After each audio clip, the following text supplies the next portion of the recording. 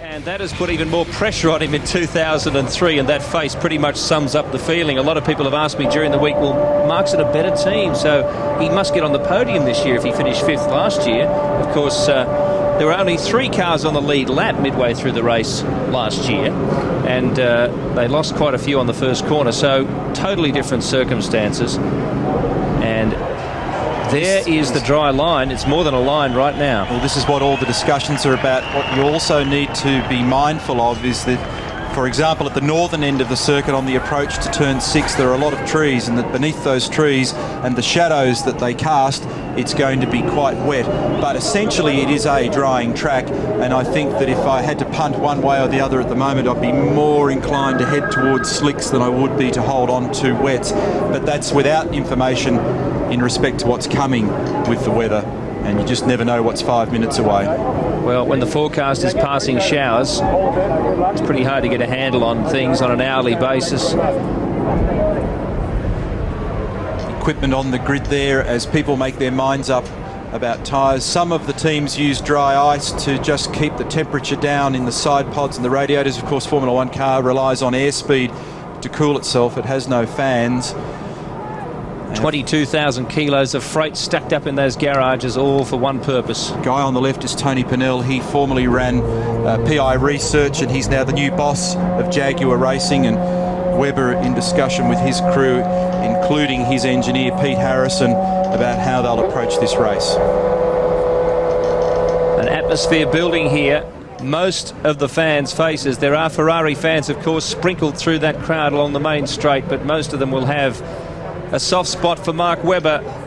And as we prepare for the formalities before this Australian Grand Prix, we know the race is not far away now.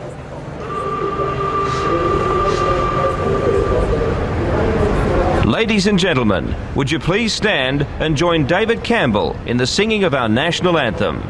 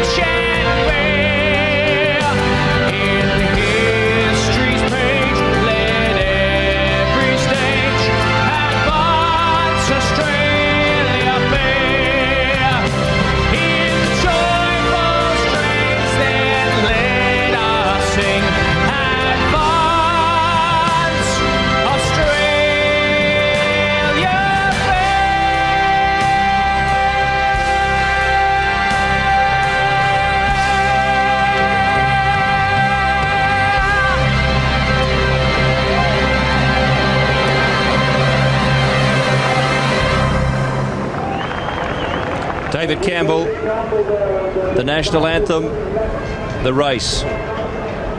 They'll be on the formation lap soon at the Foster's Australian Formula 1 Grand Prix. Michael Schumacher just seems to dine out on the pressure that is now soaking in on the grid. And the skies are still leaden,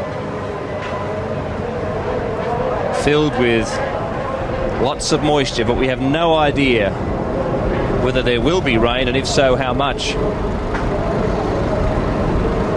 See a great shot there of the radio and telemetry aerials on the front of the car, and to the forward of that little red stalk is a pitot tube which measures airspeed, and they reference airspeed of the car relative to wheel speed to come up with a truer figure of the velocity of the car. And Jack just looking at some paperwork there, and there'll be discussions about traction control mapping, discussions about engine mapping. There's the tyre warmers. They're starting to think about unwrapping those now. Ruben's just being plugged into his hands device, head and neck support system, plugging the radios in. You can see that it sits on top of his shoulders. Some of the drivers have been complaining about the way in which it bites into them, and in fact both Rubens and Michael have made seatbelt padding adjustments to their cars since they were scrutineered.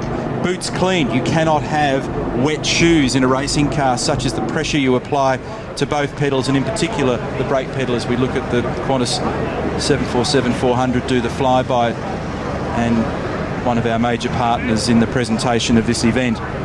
And most of the pedals on the cars, Nick Heidfeld for Sauber, have got little stirrups, so that because of the lateral loads on the pedals, it's very easy for your pedals for your feet to slip left or right of those pedals, so they're stirruped to be able to keep them in position. The driver alone can't buckle himself up, Bill, in a single-seater race car. He slips in, knees through the bulkhead, feet down towards where it says number 9 there on the front of the tub, plug in the radio, and then apply the belts. There are 2 crutch straps, 2 waist straps, and it all comes together with another couple of belts across the shoulder into a knuckle just around about the belly button area, and you are very firmly plugged into that car. And the belts are then given one almighty yank, hi Rubens and good luck. And when they pull those belts down, it literally drags the air out of your lungs. You cannot afford any body movement, and the seats are perfectly moulded to the drivers. And typically at this time of the year, in the early testing and the early races, they mess around a lot with the seats, particularly the whingers, who want 3 thou shaved off here and 2 thou shaved off there, until they get them absolutely perfect. And they are held in perfect position. Little track map up to the left-hand side there for Ralph. And the reason that's for there, he does know his way around here, folks, but it's for reference when he's discussing the track with his engineer. I've got a problem at turn 5, or the car's good under brakes in 10, but the front's touching, or whatever. Remember that with a Formula 1 car this year, you cannot make adjustments after qualifying. So they, I wouldn't say guess, but they have to choose appropriate ride heights, wing angles, fuel loads, all kinds of things before the start of qualifying, and they are now stuck with those in this race. But you can make wing adjustments when you come in for the pit stop, and in particular they're geared up to be able to make small wing adjustments on the front and the rear in a pit stop, but there's very little time, as you'd appreciate. One of the interesting aspects of a Formula 1 car and the rules this year is the weight. They must weigh, including the driver at the end of this event, no less than 600 kilograms, but it was no less than 605 yesterday for qualifying. Why? Because there are items that lose mass. For example, the tyres in the end sequence could be as much as 2 kilograms lighter. There could be at least a couple of kilograms of oil that's gone south, and probably as much as a kilo of brake pad material, not to mention what the driver may lose in fluids, as we look at Heinz-Harald Frentzen, German driver, settled and back now with Sauber, the Swiss team, for 2003. It's interesting when you subtract, Bill, the typical driver weight from the 600 odd kilograms. We look there at the circuit and the records and where the intermediate timing markers are. The marker for 1 is up into turn 6, and the marker for 2 is on the approach to turn 11. So when you see that reference come up throughout the race this afternoon, you'll know where those markers are in the track.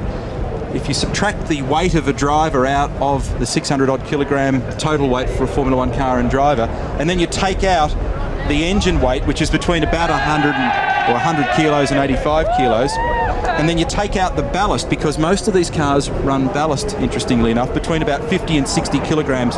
Jacques Villeneuve, 1997 World Formula 1 champion, pole sitter here twice, 96 and 7, and there's the track mapped and marked.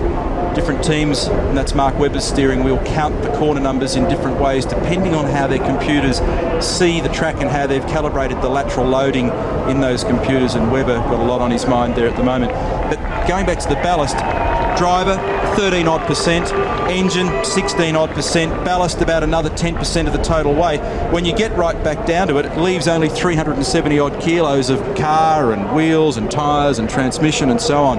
And weight is such an important element of these cars. You actually wonder how they just hang together, because there are a remarkable collection of bits. To put it bluntly, the 2 Ferraris on the front row, then this surprising second row with Frentzen, the major surprise, Montoya alongside him, Panis from Toyota, Villeneuve from BAR. As I mentioned earlier, we have a number of different manufacturers in the top 6, and that was largely what the FIA, I think, was trying to achieve with these new rules, although they still had the Ferraris as that barrier. Further down the grid, Coulthard will be one to look at making a charge through the field, perhaps Webber as well, certainly Raikkonen. Cristiano D'Amata. This is a learning curve for him. I wouldn't expect too much at this stage, but he's showing encouraging speed for Toyota. Verstappen and Wilson from Minardi. Curious tactics there from Paul Stoddard's team. Yes, and we're yet to see just exactly how that's going to play out for Paul. But just back on that subject of weight, it's interesting where they place the ballast in the car. Obviously, when you look at a Formula One car, you've got this great massive engine behind the driver, and there's the driver himself. So what they do is, in order to get better weight distribution, they tend to place it just there, forward of the floor, behind the front wheels, but just at the front of the floor area and down very low to reduce the centre of gravity in the car. And it's not lead, it's tungsten.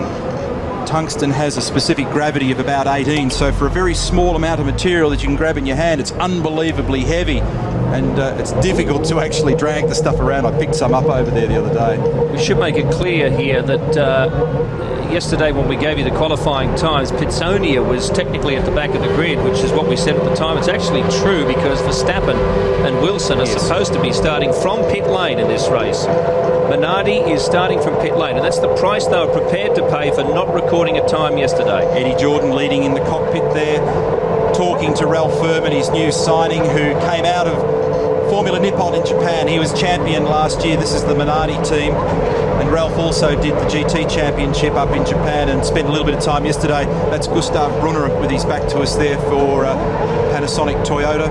He's the technical director for that outfit, Michael Schumacher. 30 seconds now to the start of the formation lap. So already a major impact has been felt here at Albert Park by the change in rules. The light system on the gantry in front of the field is operated by computer, and off to the left there's a little starters area that's manned by Charlie Whiting, who's the race director for this race, as they all smoke them. And you can see there that the Williams of Montoya certainly wasn't using traction control or launch control for that start, as he tried to apply some real heat and warmth into those tyres, and all the crews move off to the side, and then they'll remove all of that equipment. And we are about to go racing for the first time in 2003 in Formula One. Before we go any further, I just want to say something to a good mate of all of us at home. I know you're watching Baz Barry Sheen, who was to be the Grand Marshal here this weekend at the Foster's Australian Formula One Grand Prix. He would have given anything to be here today with us. And Baz, we couldn't have got this far without your support, mate. We wish you all the best. We hope you enjoy the race. We wish you were here. We're thinking of you, buddy. Word has come through that Jordan looks like they may have been on slicks, Ferrari on wets. Remember, what we call slicks in Formula One have these 4 grooves around the circumference of the tyre. Tread depth is 2.5 mil, but the wets have got a more aggressive looking pattern. They are different front to rear. For example, in V8 supercar racing, the tyre is the tyre is the tyre. They can be any tyre in any 4 corners. In Formula One, there is a drive tyre. It's a little bit wider than the front, and there's a steer tyre at the front. And there's a perfect illustration. 1.8 metres the total width, and it's a narrower track Formula One car in recent years than in years gone by. You cast your mind back to when Formula One first came to Melbourne, and the cars at that stage had a wider track and slick tyres. And there's certainly some people in this paddock are very passionate about the notion of bringing back a slick tyre. Look at the amount of patchiness down there, Bill. That's right at the southernmost end of the racetrack, heading down towards the Fitzroy Street St Kilda end of the racetrack, the bottom end of Albert Park Lake. All the talk about fuel over 4 days, and it may well be rubber that decides the pit stops here. Or track condition. I mean, the track condition is very interesting at the moment. Normally, people would sit around and nervously discuss the options of whether or not they change any settings on the car for these awkward conditions. Maybe make a little adjustment to the shock absorber or the spring or preload or whatever. Can't do that anymore. They've got to go with what they qualified with. They're running out of time at Minardi in the garage as the other cars are on their sighting lap. They have Verstappen's car fired up now. They did fail in an earlier attempt, and so Jos Verstappen will be able to emerge from the garage into pit lane. An unusual start to this year's Grand Prix. Ford engine in those cars this year, a Cosworth engine. Last year used Asia Tech to propel Mark Webber to 5th, and he told me something the other day when I spoke with him before the race weekend, that when they went to refire that engine of his after the race last year, it wouldn't start, it was destroyed. Can you believe that? Well, Verstappen's in pit lane. Wilson has been allowed to start from the back of the grid. Michael Schumacher on the right of your screen this year. He was on the left last year. The positions have been reversed. Rubens Barrichello. Raikkonen's in the pit. Raikkonen is in the pit, and there'll be an interesting story attached to that. Well, they have movement sensors under the cars prior to the start to make sure that they do not move. We are ready to go Formula One racing for 2003. Waiting for the lights. 4, 3, 2, 1. And a new era begins. A new world of Formula One racing. And Michael Schumacher is on top as they head into the first right-hand corner. Barrichello generously allows his teammate through. Is everyone else through smoothly? They are. Good, clean start. And Schumacher gets a perfect launch away from the front of the grid. Ferrari. Montoya sneaks up to 3rd. Panis is having a dash there for 4th. Arguing with Heidfeld and Frentzen as they go through the left-hander. But look at the gap that Schuey's got on them. One of the Renaults goes very wide on the exit of 4. Heidfeld on a charge. He's joined Frentzen there just behind the pace setters. But the Ferraris have cleared out. Montoya hanging on. Then the Saubers. Few people tippy-toeing and struggling here. One of the Toyotas is really drifting back through the pack and looks to me as though it's got a problem. Panis, what's up with the Toyota? Well, it's drifting back very quickly past the 2 BAR cars, past the Renaults who are racing together. Still on the first lap. Barrichello, Montoya, Heidfeld has really moved up through the field. Then Frentzen, Panis, Button, but Panis is dropping back. Look at this. The Saubers are really attacking the Williams as they make the run down towards 13. And this little battle for the minor placings at the moment, erupting. Buttons in there. Those lights that are flashing indicate those cars that are still on wets. What tyres have they chosen? What strategy will unfold? Montoya struggling as he drifts down the order. He can't afford to go too far back because those red Ferraris are disappearing into the distance. Lap 1 of 58 in the Foster's Australian Grand Prix. 1.5 seconds Schumacher to Barrichello. 7.4 seconds back to Heidfeld, who's ripped through the pack. Then Montoya, half a second down on him. Further behind Montoya, Frentzen, Button, Villeneuve, Alonso, Trulli, Coulthard, Panis. Then Wilson up to 12th. Ralph Schumacher, Webber 14, then Furman. Another positional change. Well, the Saubers allegedly running a light fuel load are being very competitive here, but there's no doubt Ferrari is just streets ahead of them. 7 seconds as a team on the first lap. Why is Montoya struggling quite so much at the moment? Heidfeld has just absolutely scorched through this pack. Remember, the Saubers are on Bridgestone, the Ferraris are on Bridgestone. These guys are on Michelin. Look at this. Frentzen has a look down the inside. He's got Button tucked right in behind in the BAR Honda as they make their run into 9. Very bumpy on the approach there, and in these semi-greasy conditions, very easy to make a mistake and go off. Heidfeld very consistent last year in terms of reliability. Had 3 DNFs only. One of those was a crash, but speed was their problem. So far this year, they are much more prominent. Remember, there's stories within the story here. And the reason that Montoya is just tippy-toeing at the moment is they have elected for a dry tyre. You can see it more visibly then as we try and gather our breath. So those on wets are skipping away, but Montoya is just struggling around a little bit at the moment until he can get full warmth into those tyres. Coulthard coming in this lap. Montoya down the inside, being attacked at the moment. You can see the 4 grooves on those tyres. Barrichello's edging a little closer to Michael at the front of this field. Coulthard has entered pit lane, and there's your top 10. Panis, then Schumacher, Webber 12th. See the earthing strap underneath the car there, and they make a tyre change. That's a dry tyre. In-gear signal, launch and go. 7.2 seconds stationary for Coulthard. This will be exciting. How much can he rip into this field? with the tyre advantage. Schumacher, Barrichello, Montoya, Heidfeld, Frentzen, Button, Villeneuve, Trulli, Wilson up to 9th, and then Panis. And Minardi would have delayed their exit decision based on what they wanted to do with rubber. That's what that'll be all about. This is the group right up against the wall. Just behind the top 3.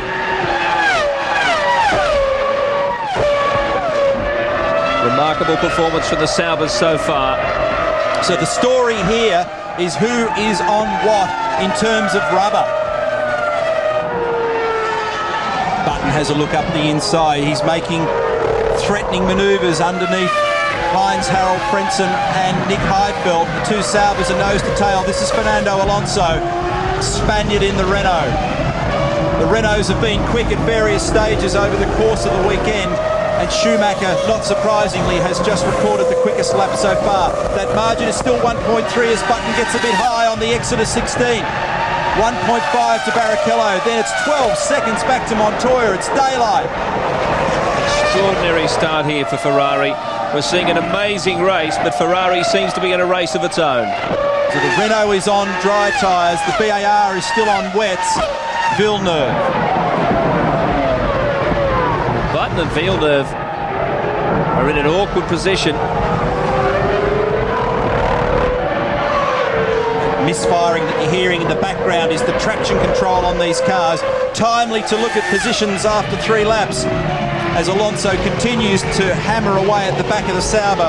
Schumacher, Barrichello, Montoya, Frentzen, Heidfeld, Alonso, Button and Trulli, and those people that have committed to wets are now finding great degrees of discomfort out there, and they're rushing towards pit lane. Well, BAR has certainly initiated that move. I said they're in an awkward position. What happens with the wets, Bill, is they get hot and molten. There's a change for position. Alonso down the inside into 11. It'll just be literally ripping tread off the tyres, and that extra little shower of rain that they needed to keep them alive hasn't happened. And so BAR, as one example, are getting ready to accept their cars. Shuey, then Barrichello, Montoya, Frentzen in 4th. Heidfeld, Alonso, Button, Villeneuve, Trulli, Panis, Wilson, Ralph Schumacher, Mark Webber, Ralph Furman, Kimi Räikkönen back in 15, Pizzoni is 16, Fisichella 17, Cristiano D'Amato, Jos Verstappen and David Coulthard is last. All 20 cars are still in this motor race. An extraordinary degree of positional change. Cars just yo-yoing back through the field. Jack comes in. See the rain light activated on the back of that car, so they pluck off those wets which will now be destroyed. Dry tyres for Villeneuve as expected, and 7.8 seconds. An opportunity to stick some fuel in as well. And this will completely change the strategy scenario for many of these teams as they recalculate their next fuel window, and analysts down there thinking about what they need to do in terms of where to position their car, what mapping to use, how this is all going to pan out. We believe that Sauber will be in this lap. And it's time for Jenson Button to come into his pit. So we expect to see both BAR Hondas out there on dry tyres shortly. Montoya, incidentally, is beginning to slowly but surely gain on our leaders. And this is the kind of energy that we need in the 2003 FIA World Formula One Championship. And car number 2 has been notified of having jumped the start. One of our spotters up here picked it early and put the question mark next to Ruben Barrichello's name, but it has now been confirmed that Rubens will be penalised, and it will probably be a drive-through penalty for the number 2 Ferrari, and that is catastrophic for the man who started on the front row, who's just at this moment 2.1 seconds behind the leader. Mark Webber around the top 10 and in a battle there. Well, Ralph Schumacher up ahead of him. We knew that the new rules were going to play havoc, but we didn't expect the weather to be such a factor, and now Webber starts to come on. Past Heidfeld. Button in the pits. And Panis also becomes a victim of Webber. No hydraulic jacks in Formula One. It's a manual jacking system front and rear. Little wing adjustment. Either taking out or putting in some wing at the front of Button's car. 6.8 seconds stationary. Damage to Rubens' car. front left corner, and the whole front wing assembly is gone off the Brazilian's Ferrari, and he was expected to have to report to the pits in any case on this lap. Rubens Barrichello out of the Australian Grand Prix. DNF last year and again in 2003. This is the closest challenge to Michael Schumacher, but now it has gone. Juan Montoya is second. Overlap in the fence there, and Rubens will go straight between there. Formerly there were holes, the apertures in the fence, they're gone. Fence height now 4.75 metres around this circuit, and the Ferrari crew standing by in disbelief going, what is happening here? Fastest lap of the race so far, Coulthard, who at last count was the last man. He's no longer last, he's moved to 17th. He is moving through the field. See the wets on the Ferrari? What has happened? That was Schumacher, and Rubens has gone off on the exit of 5 and grabbed the wall and torn that 2002 model Ferrari to pieces. There are chunks of car and lots of dirt on that circuit at the moment. Alonso is flying. Now what is going to happen here is those that took the gamble early in the race to go with dry tyres or slicks as Frentzen comes in are the ones that are most certainly going to benefit. I'm actually surprised that most people didn't actually end up going for slicks given the conditions, but the problem is, of course, Bill, you never know what's over the horizon. Frentzen in and out, 10.3 seconds, more fuel on board for that car. Mark Webber up to 6th position in this race. He's cleaned up a few cars. The flashing blue light indicates there's traffic and they cannot cross that blend line as they make the approach to turn 1, or that is an instant red card and back in for a penalty through the pits. Now a charge on at the moment from Montoya as he tries to bridge the gap to Michael Schumacher, and Ralph Furman in the fence. Front wing assembly, left front gone off that car as well. A bad start to the Grand Prix career of Ralph Furman. Michael will be in this lap. Schumacher will be in this lap. It is all happening around this circuit. Yellow flag being waved there at the moment. These tricky conditions catching people out. Ferrari crew standing by, and here comes Schumacher, last year's race winner and the reigning world champion, the most successful man out on this circuit at the moment in terms of Grand Prix racing career, and the new leader is Juan Pablo Montoya, and he has recorded a fastest lap. Fuel in, dry tyres, in gear. All problems with the left rear. Slow stop for Schumacher. This is catastrophic. Very, very slow. Now ready and gone. 14.2 seconds. They did not need that. That is most unusual. About twice the time that they should normally take for a stop like that. Montoya, the leader from Alonso. Jarno Trulli. The Renaults are still out there, or at least one of them. Now Alonso's coming to the pits. No, Alonso fastest lap. That's one of the Saubers. So Montoya, the leader. Alonso's on a charge at the moment. This is a great motor race, folks. We've got the fastest Ferrari buried in the pack a little bit, and Schumacher's got to do some work to untie that little mess.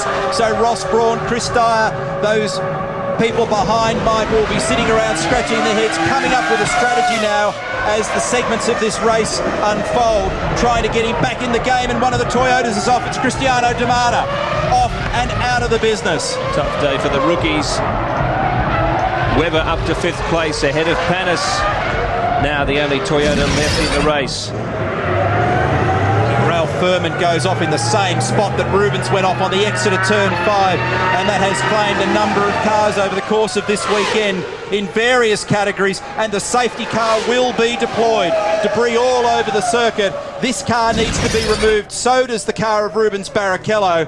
What a start to the Foster's Australian Grand Prix. Schumacher rejoined the race after his pit stop in 8th position. Now the safety car's out. It'll be interesting to see how he tries to carve his way through this field. Montoya, Alonso, Trulli, they're your top 3, and we'll be back.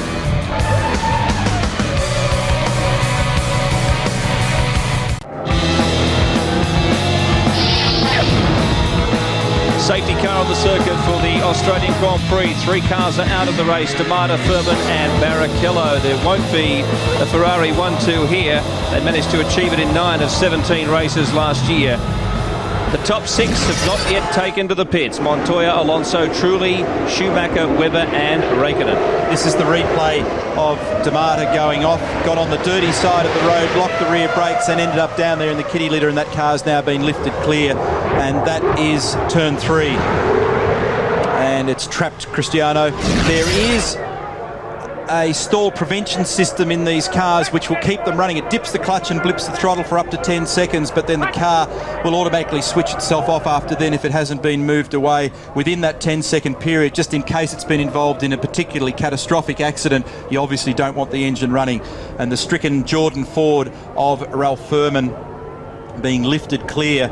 Not a good start for him in what has been a fairly difficult weekend. Here's a replay of the start. Watch Rubens.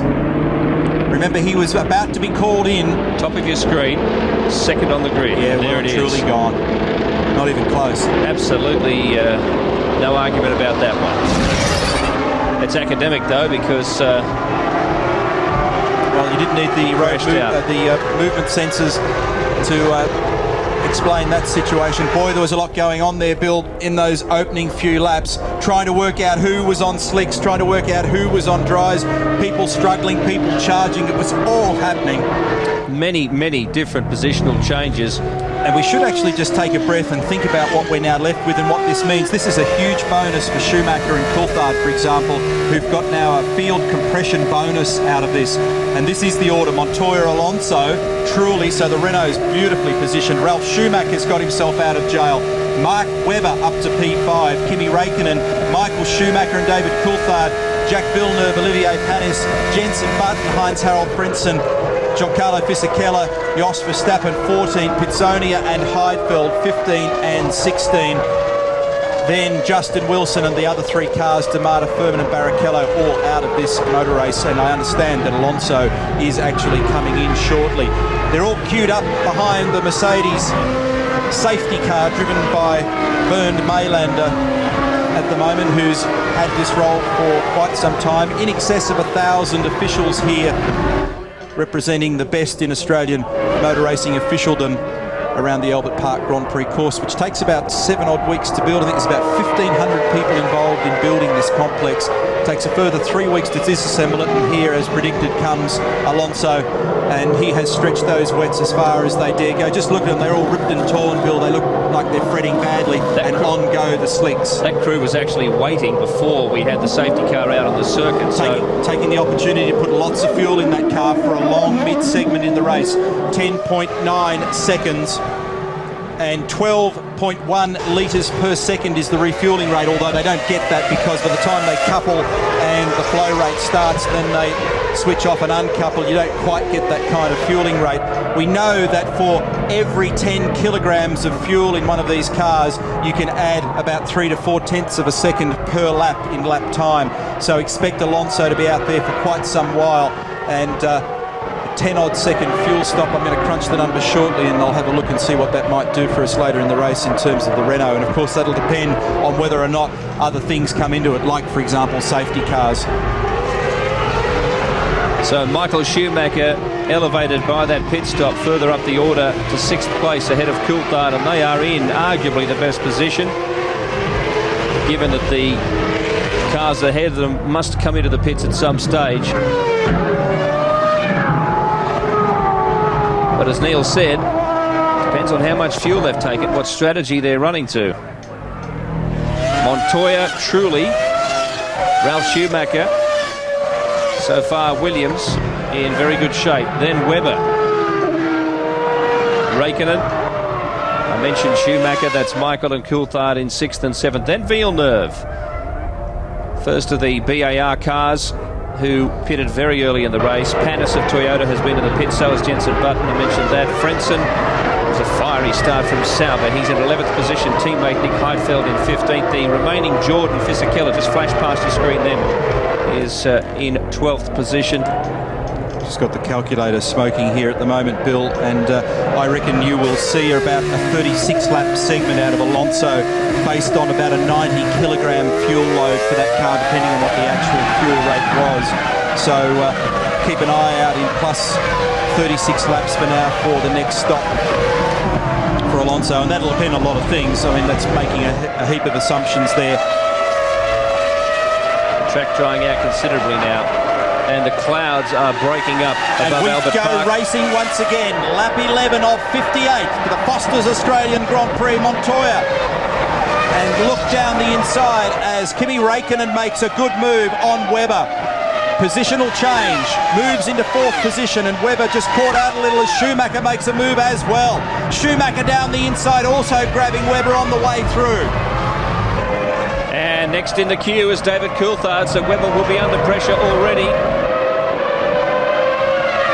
So the Jaguar getting swamped in the opening couple of corners while tyre temperatures and pressures normalise in all these cars, and Webber's standing lap speed not super quick just at the moment.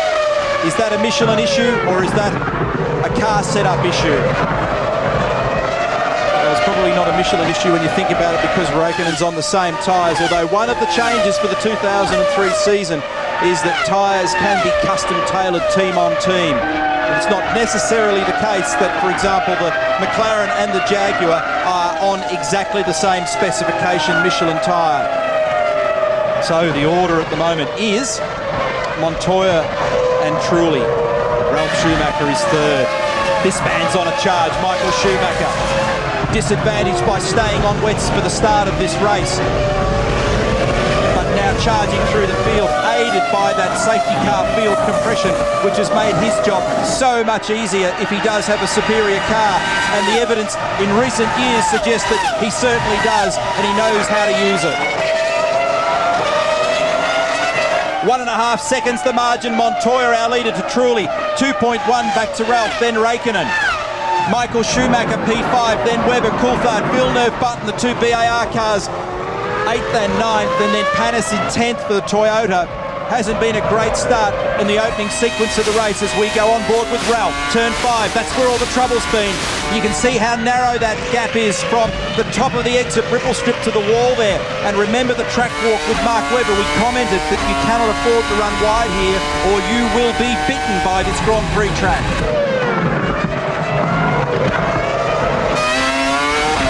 Great onboard shot with Ralf.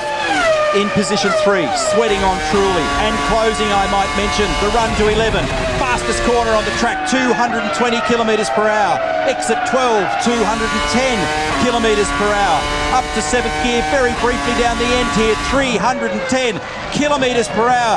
Dives down under brakes and closes the gap on the Renault. But a problem here, dirty air from the car in front. Huge turbulence, buffeting, you feel it with your helmet, it's uncomfortable. The car understeers, it can be a bit of a dog unless you've got a really superior car, and at the moment, Schumacher looks like he's got good pace. The Renault quick through the final turn though, and this battle rages for the minor placings. The gap there between Schumacher and Räikkönen as they cross the start-finish line. Räikkönen now being hunted down by Michael Schumacher. Webber in the distance, holding his position from David Coulthard.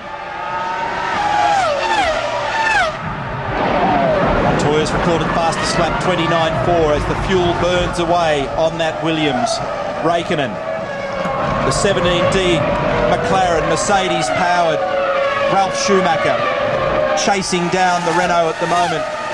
And the Renault seems much improved from what was all the talk about the off-season form of those guys not having enough horsepower with that RS23 engine. That is certainly not the case, it seems, at the moment. But the problem in choosing and picking about who has and who doesn't have grunt, it all depends on wings and wing angle and aero efficiency with these cars. There's the gap. Montoya, Trulli, Ralf Schumacher, Kimi Räikkönen, Michael Schumacher, Webber, Coulthard, Villeneuve, Button, Panis, top 10.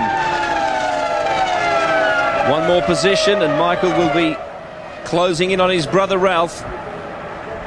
But a great battle here up the front of the field. Well, we are seeing a tremendous battle here from a variety of different tyre, engine and chassis manufacturers, drivers of different nationalities, but these cars all line astern. It's a Renault being chased and vigorously chased by a Williams BMW, and then a McLaren-Mercedes, followed in turn by a Ferrari, and then a Jaguar, followed by in turn another McLaren-Mercedes.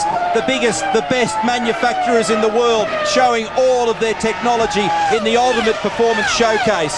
Montoya faster again, responds to the pressure, 1:28.6 on lap 14. They are starting to creep into the kinds of speeds that we saw on the Friday qualifying. Clean air too for Juan Montoya.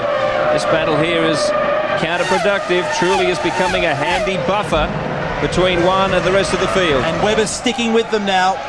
Once the tyre temperatures and pressures normalised in the Jaguar, Webber is able to get some rhythm back, and he's staying with them. He's in fact the second fastest man out there at the moment. I'll try it in English. Well, he shook off Coulthard. Listen to this.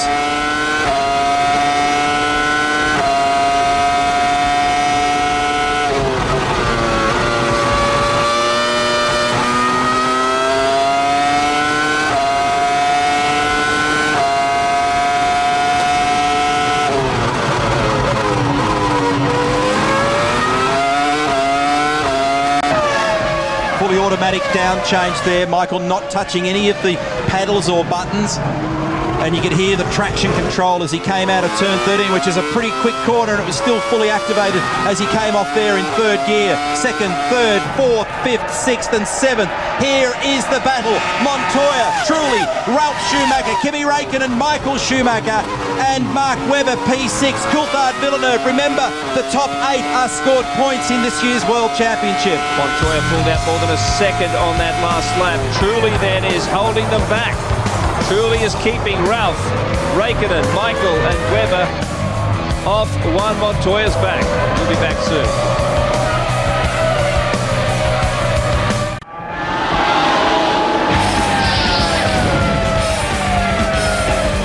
Laps down, and Juan Montoya with a near 7-second gap on Jarno Trulli. But what a compression behind Jarno Trulli. Ralf Schumacher behind him, Kimi Räikkönen, and the safety car will come out because... And Trulli's coming in. They're taking the opportunity with Ralf as well to make a stop, and this is all about some bad news, folks, because Mark Webber is out of the Australian Grand Prix. Montoya comes in too. Webber has a rear suspension failure on the Jaguar, and the car is stricken on the exit of turn number 12 after having showed some tremendous speed in that car, and a quick stop, and a problem here for Ralf getting in because obviously some congestion in the Williams pit. But Webber was showing a great turn of speed and was actually tagging along with Shuey in that previous stint. Slow stop. What's going on here in the right rear with Ralf's car? By gee, we're seeing some interesting manoeuvres, mistakes and pressure situations in the opening race this year. Strategy decisions, fumbles. Well, that was even slower than his brother's stop, and a shake of the head. We're going to have a look at what happened to Oh, and Ralf goes round on cold tyres. And here's what happened to Webber. There's not much to see, except quite obviously right rear suspension. The car has a mind of its own. It's steering from the rear, and something is broken, maybe across the top of a curb, and real disappointment for Mark Webber. And that car was showing impressive speed. He was actually putting pressure on Michael. Ralf rejoins the race. The spin cost him time, but not too much more. Kimi Räikkönen is the race leader. There it is, with about 6 inches of toe in on the right rear. And one of the Minardis also in the garage and out of business. It's Justin Wilson. So chaos left, right and centre in this race. And the safety car, as I mentioned, has been deployed. Again, the field will compress, and the new leader is Finnish driver Kimi Räikkönen from Michael Schumacher, who had a relatively short fill on the last stop, I understand. David Coulthard to position 3 as Webber comes back on the motorcycle. Jacques Villeneuve to 4th. And what has happened here? This is Ralf exiting the pits and crosses right up. Alonso goes to the grass to avoid all of that. But fortunately, Ralph doesn't go off the road in the process, and the engine continues to run, grabs first gear and continues. And now, by virtue of the safety car, in fact, probably hasn't lost a position as a result of that. Raikkonen, Michael Schumacher, Coulthard, Villeneuve, Button together, Panis and Montoya. I'll tell you what, Bill, some of the debriefs after this race meeting are going to be pretty interesting when everybody gets back to home base. Well, the pit stops, it wasn't as though there was any unusual drama. It just seemed to be a little bit of lack of composure back there among the teams. But we certainly have an interesting collection in the top 8. The menacing figure of Schumacher, though, is undeniably in a strong position. And with Raikkonen sure to come in at some stage in the next few laps, Michael Schumacher will once again go to the lead as we move through the positions here. And beyond the top 15, we start to see the drivers who are out.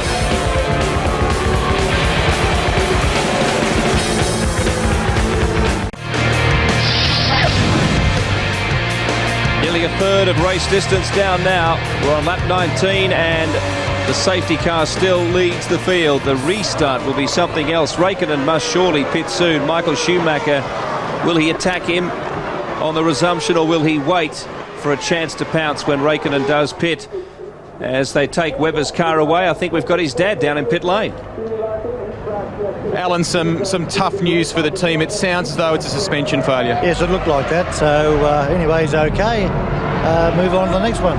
It's such a shame because it's been an enormous week for him. It was great to have him back in Australia, and he handled that build-up so superbly. Oh, well, that's what he's good at, I guess. That's what he's paid to do.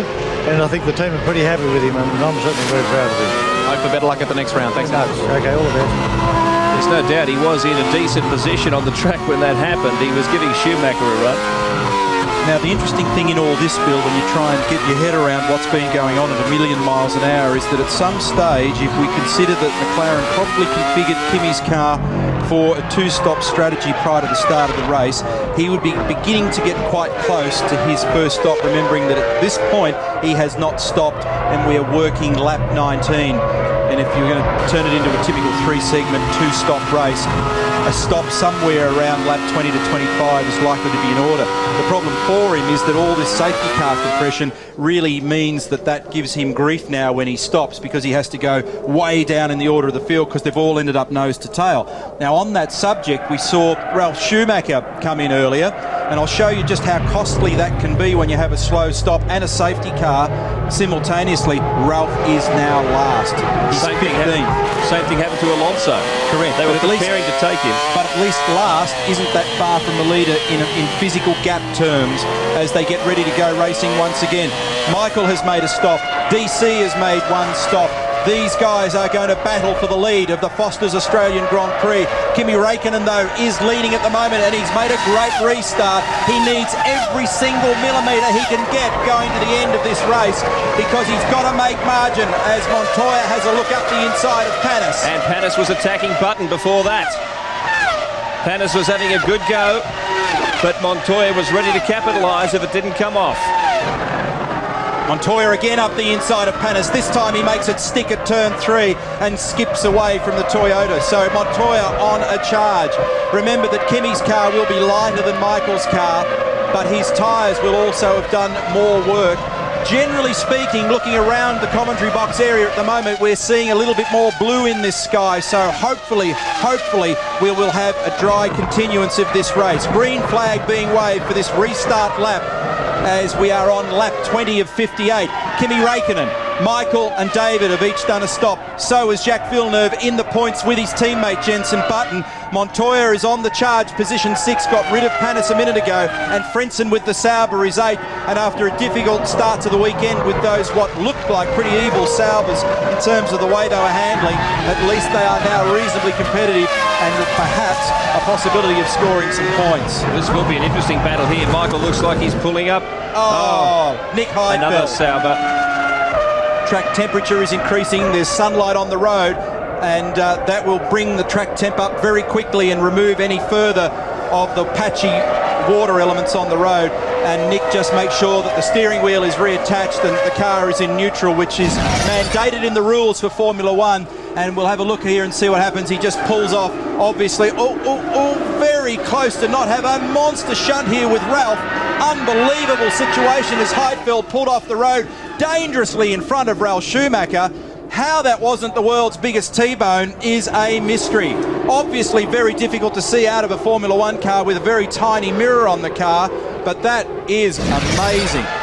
Well, Ralph's been in more trouble than Indiana Jones, but he is hanging in there. I hope there was minimal damage from that journey into the kitty litter as Schumacher attacks Kimi Räikkönen. This is interesting. It's tyres versus fuel load here. And Michael is just marginally quicker for lap speed at the moment than Kimi Räikkönen. Gradually closing down that gap, and double yellows being waved there to signify that there's trouble off to the edge of the circuit. No passing in that track condition. Down towards turn number 13 now. The leader, Kimi Räikkönen, the young Finn for McLaren-Mercedes, leading this Grand Prix. A man who set the world on fire last year, out-qualifying David Coulthard 10-7, but suffered dreadfully as he locks the rear brakes at the hands of unreliability with the Mercedes, as now the blowtorch is applied by the world champion in the best balanced, fastest car in this field. Bridgestone versus Michelin, Mercedes versus Ferrari. Schumacher closes down on the Finn. Kimi moves to the right, just covers the line a little bit, gets across the ripple strip on the inside. Second, third, fourth, fifth, sixth, seventh gear up to turn 3. Schumacher is fastest in the second sector of the track. A little lock up there from Räikkönen, the pressure telling. He's starting to rattle under pressure. He's beginning to flap. And a real tank slapper then for Räikkönen as he came into the braking area for 3, got offline, and that was because he was on the dirty side of the road, less grip available. Michael sits there and probably smiles wryly as he just sits on perfect line and gets maximum stopping performance out of the Ferrari in the best part of the road. Curiously, Montoya also very quick. He's hunting his way through the field, back in 6th place. If McLaren and Mercedes can give this guy just a fractionally better motor car, and that is very possible as this year unfolds, because we've not yet seen the 2003 McLaren, then he is certainly going to be one guy to watch in this battle with Ferrari for this year's World Championship. Heidfeld, Wilson, Webber, D'Amata, Furman, Barrichello out of the race, but here is the battle for the lead. Both these guys on the podium here last year. Michael stood in the middle and Kimi was off to the side in position 3 and fighting for all he's worth at the moment. But remember, in terms of the net position of this motor race, unless they started with a very, very heavy fuel load, and that's probably unlikely, then Kimi is going to have to take a stop at some point. Lap 23 of 58, Räikkönen, Schumacher. The unfortunate part for Räikkönen is he really would like to build a lead before he makes that pit stop, but it simply isn't going to happen. Michael Schumacher is either going to take it from him or be in perfect position to capitalise when the stop comes. That's the gap to Coulthard, so that's 3rd position.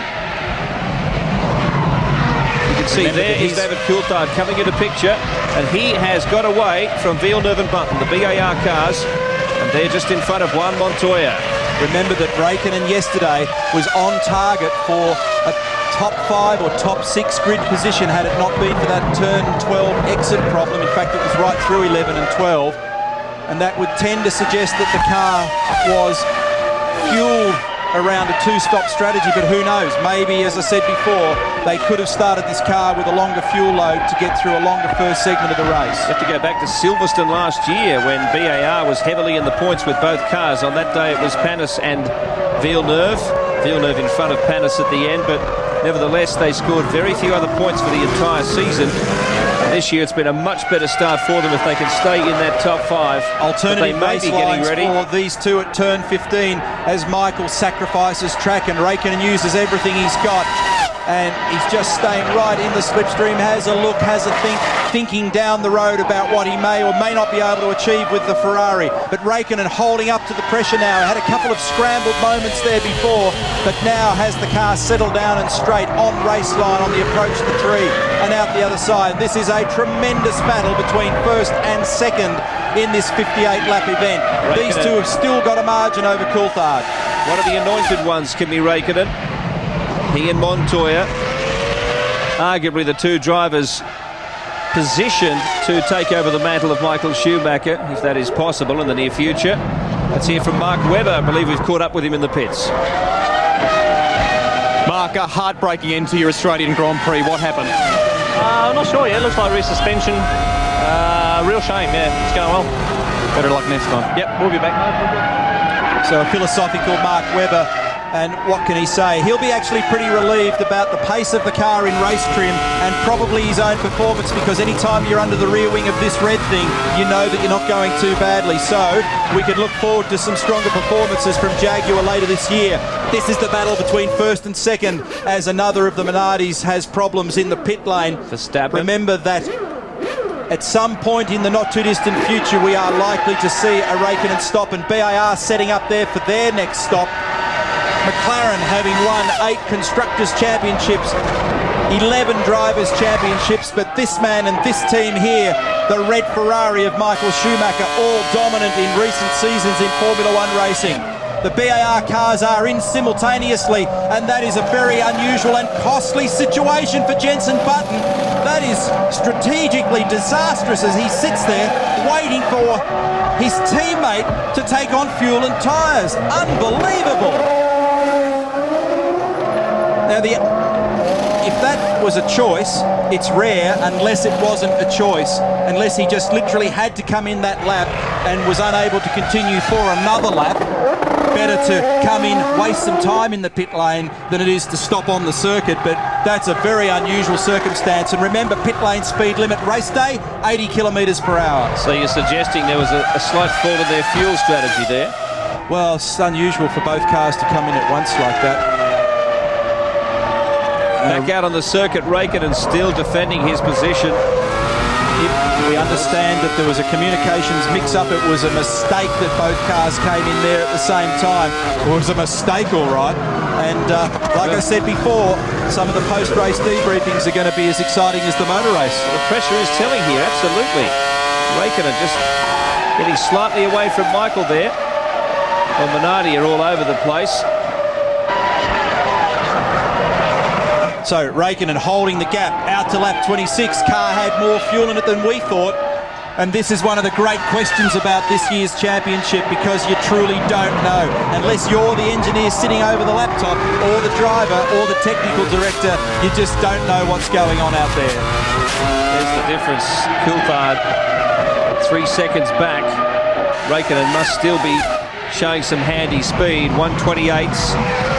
They're on the radio to Kimi Raikkonen at the moment. Keep pushing, keep pushing, keep pushing. And he is doing that at the moment. He's stabilised that gap, as Bill just mentioned, 0.7 of a second, but it fluctuates in varying spots around the track where you see the strengths and weaknesses of both cars.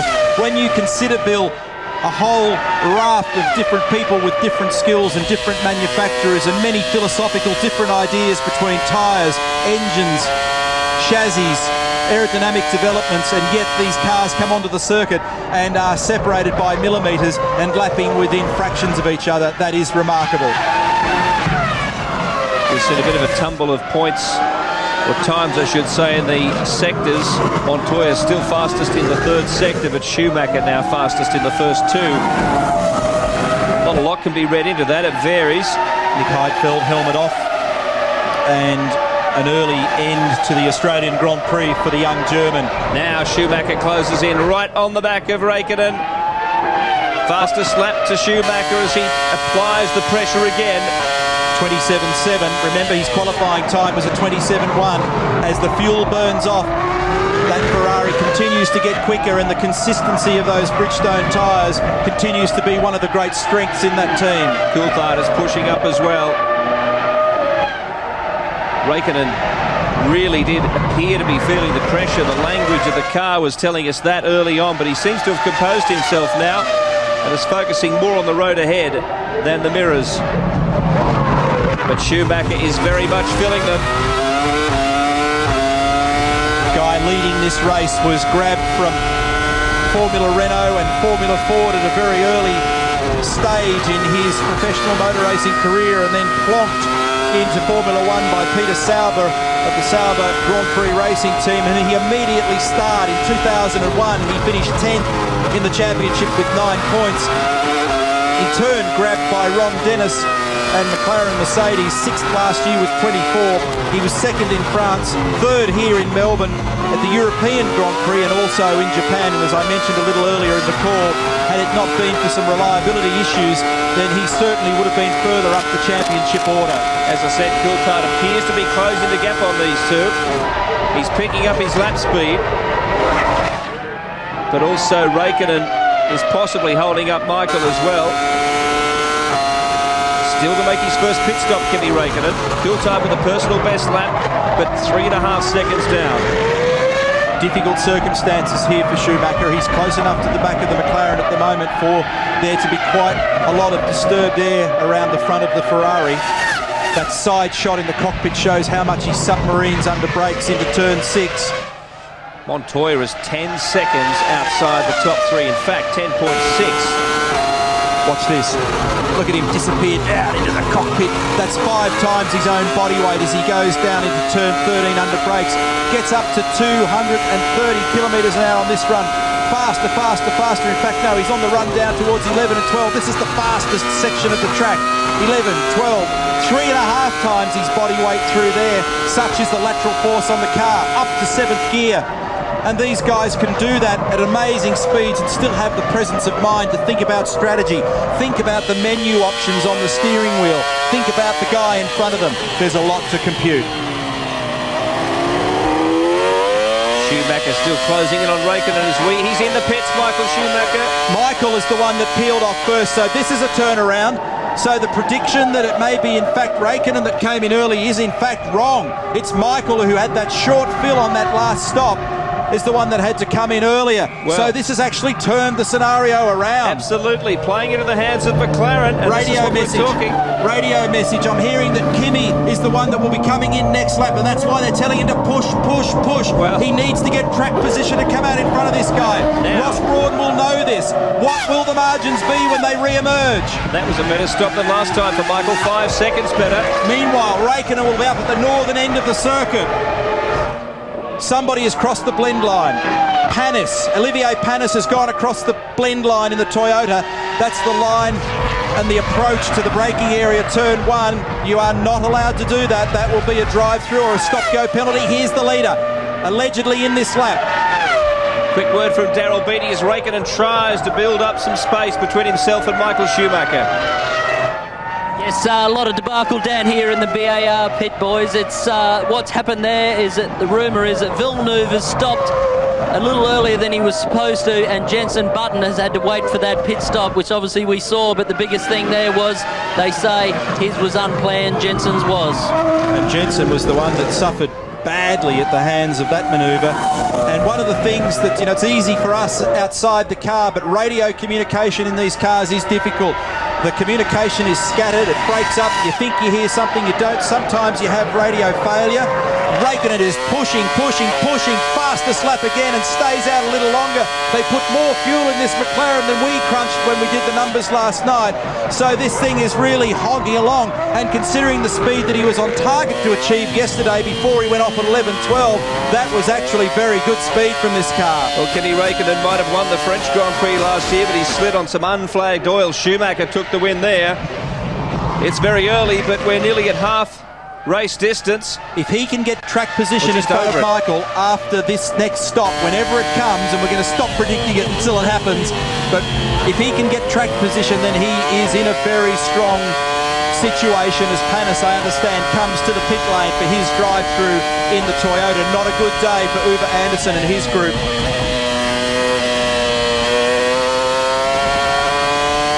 So much talk before the race about the strategic decisions as Panis comes out of the pits. This is the order: Raikkonen, Coulthard is second. For such an experienced driver, that's a real no-no for Olivier. He's done a lot of Grand Prix racing, and it dates back to as far as 1994 as we go with the leader who stays out again.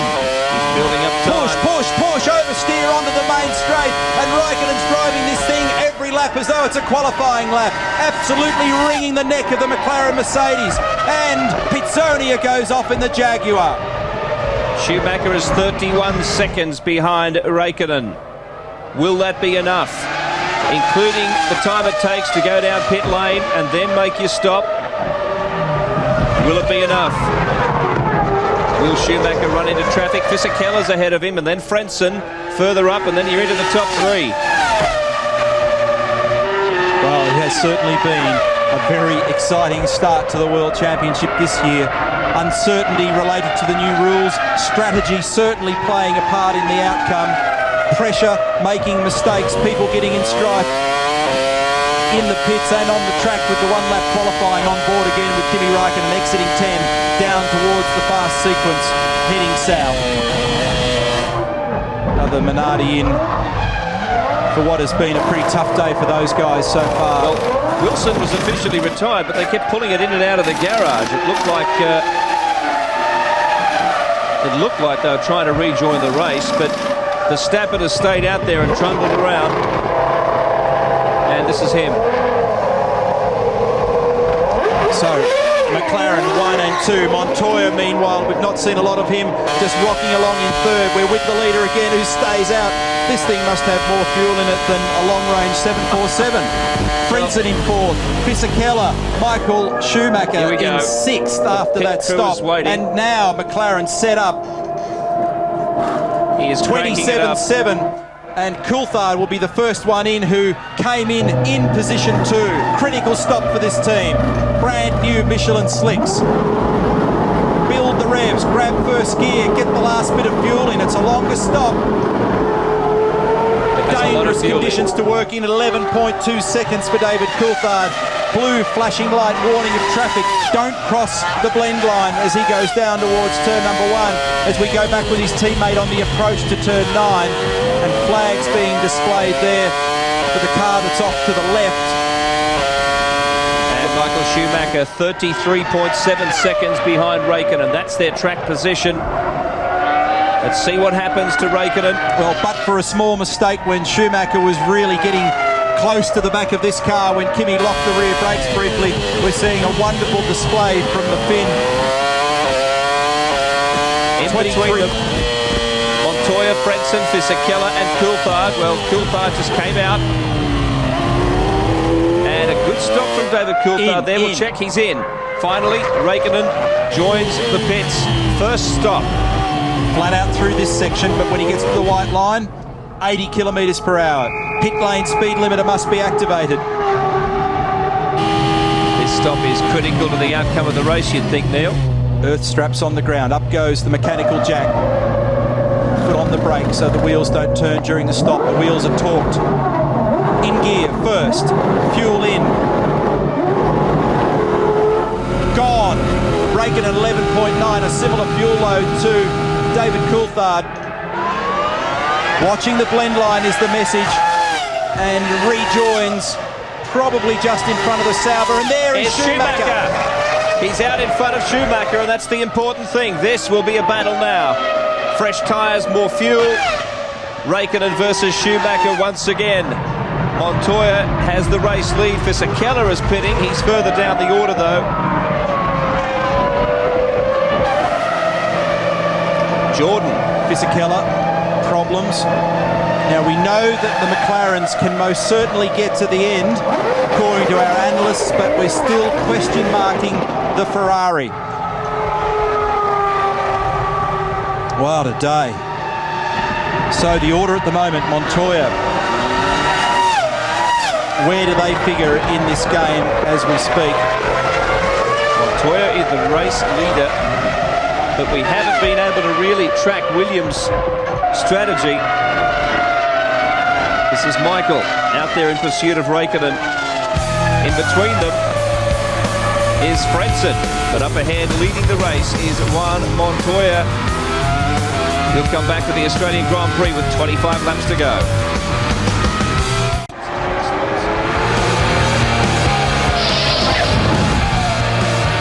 Welcome to my nightmare. Heinz-Harald Frentzen under attack from Michael Schumacher. Frentzen right now is doing Juan Montoya and Kimi Räikkönen a big favour. Mind you, his speed's not too shabby. He's running in the 129s, but Schumacher's last lap was in the 128s. He wants to hunt down the top two. Frentzen is in the way. And the Sauber's been impressive this afternoon, Bill. Frentzen picked that car up yesterday in qualifying and got a great time out of it in P3 at the moment, and coming under pressure from an old foe, fellow German Michael Schumacher. Look at the difference in speed across the face of the corner between the Ferrari and the Sauber. We understand the message has come through that Frentzen may well be coming in very shortly. Well, that will give Michael a clean go at the top two, Montoya and Raikkonen. So you'll have two of the young guns, the guys who are seen to be the heirs apparent, and Michael right behind them. A mouth-watering prospect in the first round of the season. Frentzen had one stop so far and he peels off. Schumacher has had two, Coulthard two. Montoya, who leads the race with one stop, Raikkonen with one stop, and Sauber are ready for Frentzen. Did one race last year at the United States Grand Prix at Indianapolis. Just been lost since that great season he had, finishing third in the World Championship several years ago for the Jordan team. Since then he wandered aimlessly between Arrows and Prost. One ride, as I said, last year with these guys, but back and settled and with a friendly family for 2003. And so far paying dividends for Peter Sauber. That team actually got a new wind tunnel in the recent past, and their aero program has now improved the performance of the car undoubtedly. Ferrari engine in the back of it, last year's Ferrari engine in fact, so there's nothing wrong with that. Further down the field, Alonso and Ralf Schumacher are running in the 128s, and truly who's up ahead of them is in the 130s. So you might see a positional change there. Truly in 5th place. Alonso and Ralf Schumacher showing good speed, may be attacking him shortly, but they need to make up about 5 seconds. A refreshing admission from a racing driver, Nick Heidfeld, basically says he was wrong-footed, guys, and perhaps in the wrong in that incident with Ralf Schumacher. He said he pitted prior to the safety car and he was trying to get himself into a rhythm when that incident with Schumacher happened. Watching Schumacher now as he closes in. Kimi Raikkonen finds himself defending. And there's the gap to Montoya up ahead of them. That gear change that you heard then, look at Raikkonen watching his mirror, starts to cover the line a little bit as Schuey gets very aggressive down the inside and tries to round him up and nearly gets away with it. Side by side, Schumacher in the grass and comes off worse for wear in the battle with Raikkonen. You cannot afford too many of those. That could have been the end of the race for Michael Schumacher. An aggressive charge, not far past the halfway mark. Raikkonen knew it was coming. He drove down there looking in the right-hand mirror, moved further to the right. And Michael decided, okay, well, I'll try and round you up on the outside, and if I can get track position, I'll close off in front of you. They went side by side across the corner until there was no exit space, and Michael eventually deciding that it was better to go green than take the thing into the never and end up with no wheels on it. Wow. So I was about to say that the gear change that Raikkonen makes, the way the car is geared second to third, is awkward at the last corner. And we know we picked that up earlier in the weekend, but you can't always ideally gear the car for every corner on the track.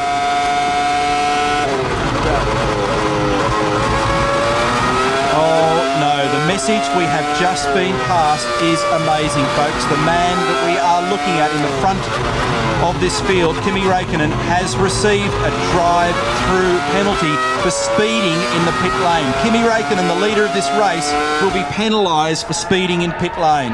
Well, Schumacher is suddenly in good shape. Don't forget Juan Montoya, 16 seconds in front. We're not sure what the Williams strategy is, whether he'll be coming in again before the race is over, or if indeed the Ferrari will. And Ferrari will know this now. They will have seen that message go out to the teams. And the message to Michael will be, don't put yourself or the car at risk. Let him go. He's not a factor anymore. What a shame. Raikkonen within striking distance of at least the podium position here. David Coulthard still there for McLaren. Well, the human side of Formula One, despite all the technology, has made the headlines repeatedly over the course of this weekend.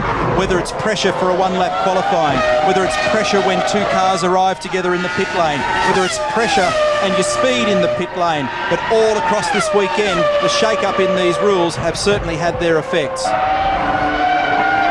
Raikkonen's just found out on the radio he'll be coming in. You'll see Schumacher giving plenty of room. Now, we've got a list, and again, it's very difficult to precisely pinpoint strategy, but still to stop again Those include Michael Schumacher, brackets most likely but not guaranteed, Ralph Schumacher, Juan Montoya, Jarno Trulli, Fernando Alonso, Jacques Villeneuve as Kimi peels off into the pit lane entry, and Jenson Button.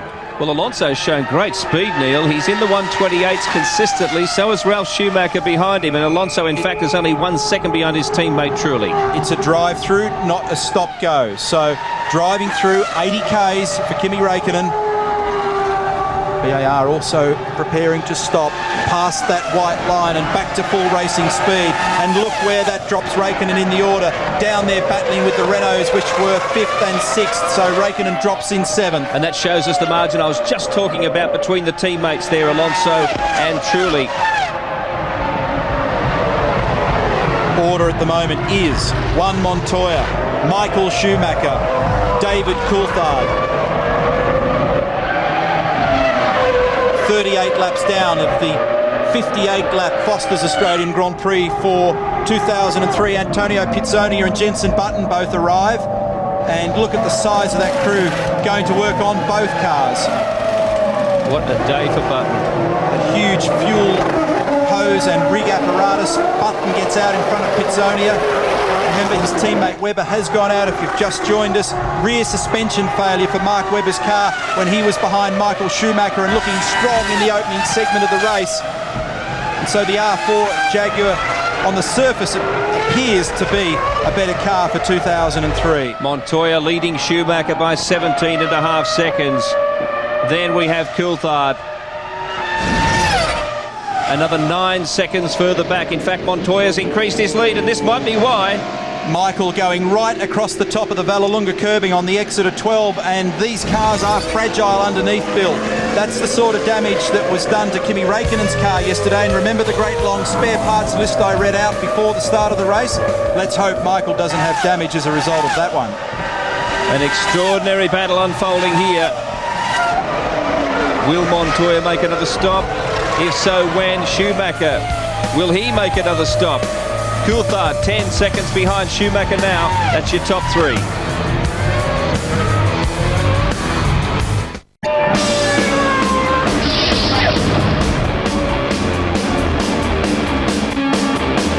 Juan Montoya increased his lead to 18.4 seconds before entering the pits in the Australian Formula One Grand Prix. Now he streaks away 8.3 seconds. Were they ready? Did he get clouded by the lollipop then? That was a bit of an untidy exit for Montoya. His teammate Ralph had just come in seconds prior to that. And, well, that might almost be worth another look, because I'm not 100% sure that they were ready for that car to depart. Well, now we have a situation where Michael Schumacher is back in the race lead. Coulthard second on track ahead of Trulli. Räikkönen. Montoya has slotted himself back into the order of things as we see a Renault in the pits. Alonso has finally come in and out again. And I keep referring to the track speed he was showing. 7.7 seconds. Here we go with both Renaults. And Kimi's gone off. It's at the exit of 14, and that's a wild ride. And these things don't have an awful lot of suspension travel front or rear. And we've got a little bit of the floor broken. Remember, I referred earlier, in fact, a lot of damage. Look at the front of the floor there. You can see it flapping under the front of the car, apart from that barge board damage to the left. Remember, I made mention of him climbing the exit curb at 12, and that's what happened to Kimi yesterday, because off the back of the curb, the dirt digs out behind it, and so the car just doesn't have enough ride height to be able to straddle it without belting the underbody of the car. Juan Montoya 4.5 seconds behind Schumacher now, but Schumacher with a bit of drama. But generally, Montoya in pretty good shape. Now we find out the truth of the difference, 11.7 seconds. Had the word passed through that Williams believed that the stop was secure, all the work was done, but Montoya got a bang on the head by the lollipop just for good measure, so those two can enter into that debate at the end of the race. So hopefully all is right and safe with that car. Ferrari, Williams, McLaren, that's the order. Coulthard 3 seconds behind Montoya and 14.5 seconds off the lead.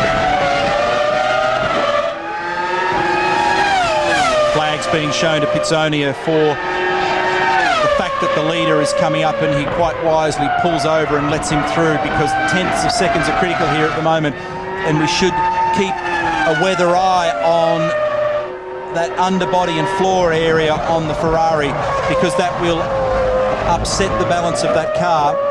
Well, he just did a 1:27.9. Keep an eye on those times as well. He's clearly the fastest. There goes the right-hand barge board, Bill, and the other danger here is that you can't afford for that bit of componentry to go into the right rear tyre, because it will puncture the Bridgestone, and he'll probably be able to hear that from the cockpit, because it'll be down the road. Damage to the underbody on the Ferrari. It's flapping at the front of the floor. There's the barge board on the right. Trouble, difficulty, trauma for Michael Schumacher. But his lead increases over Montoya. He is wrestling to get away for what looks to be the inevitable pit stop. But who's to know today just how this race will turn? Montoya running in the 1:29s. Here's another look. And there it goes. Doesn't fully detach from the car. And obviously this is an issue for not only the Ferrari team, but also the other cars following. Carbon fibre is very strong and very dangerous stuff to run over, because it will pierce a tyre very, very easily.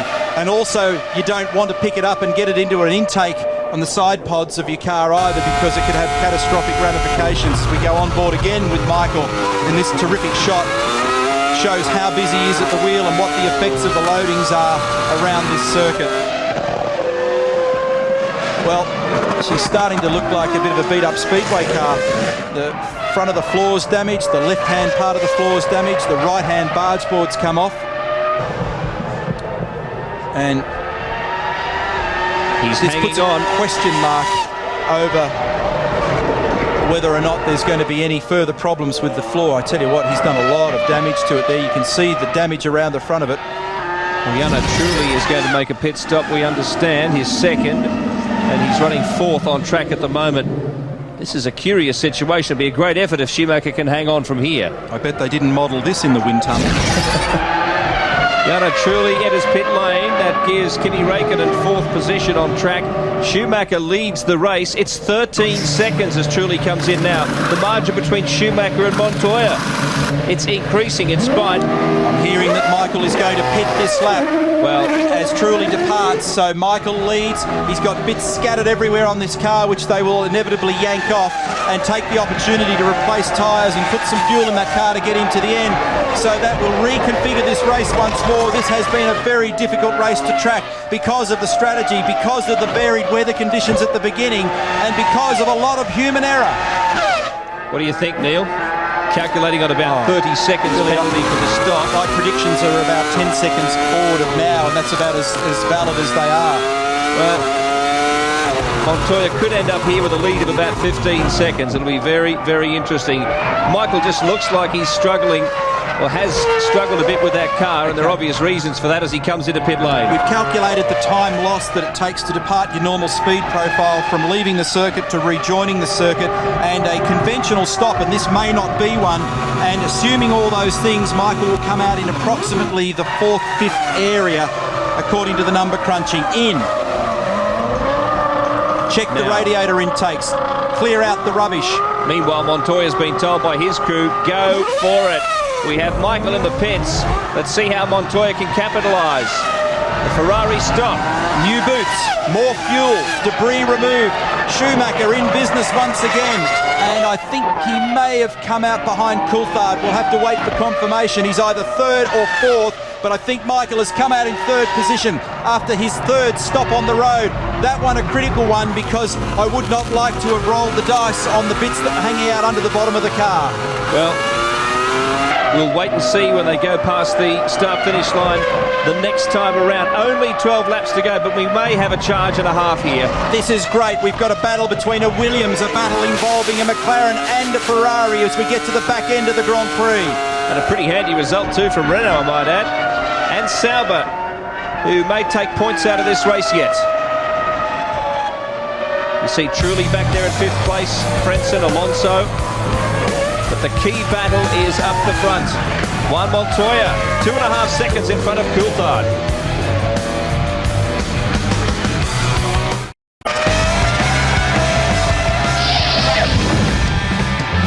We're back until the end of the Australian Grand Prix with a new race leader. Yes, David Coulthard. After this happened, Juan Montoya had great track position, lost it, managed to gather it up without backing into the Foster sign, just kisses the tyres, Neil, and these things are not that hardy. Oh, and this is a great advantage for David Coulthard, and it's a little bit hard to analyse precisely why that situation unfolded, but Montoya, for whatever reason, makes a critical mistake at a critical time, and he got back on the radio straight away and apologised to the team.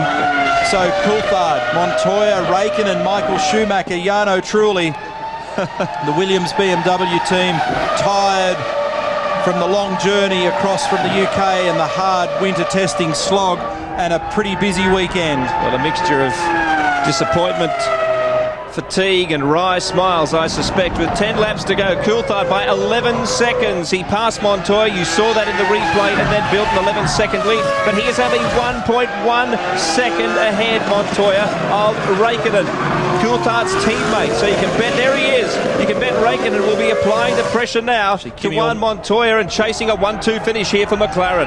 Räikkönen was very wide that time at turn 15 as we go on board with David Coulthard, the Scot.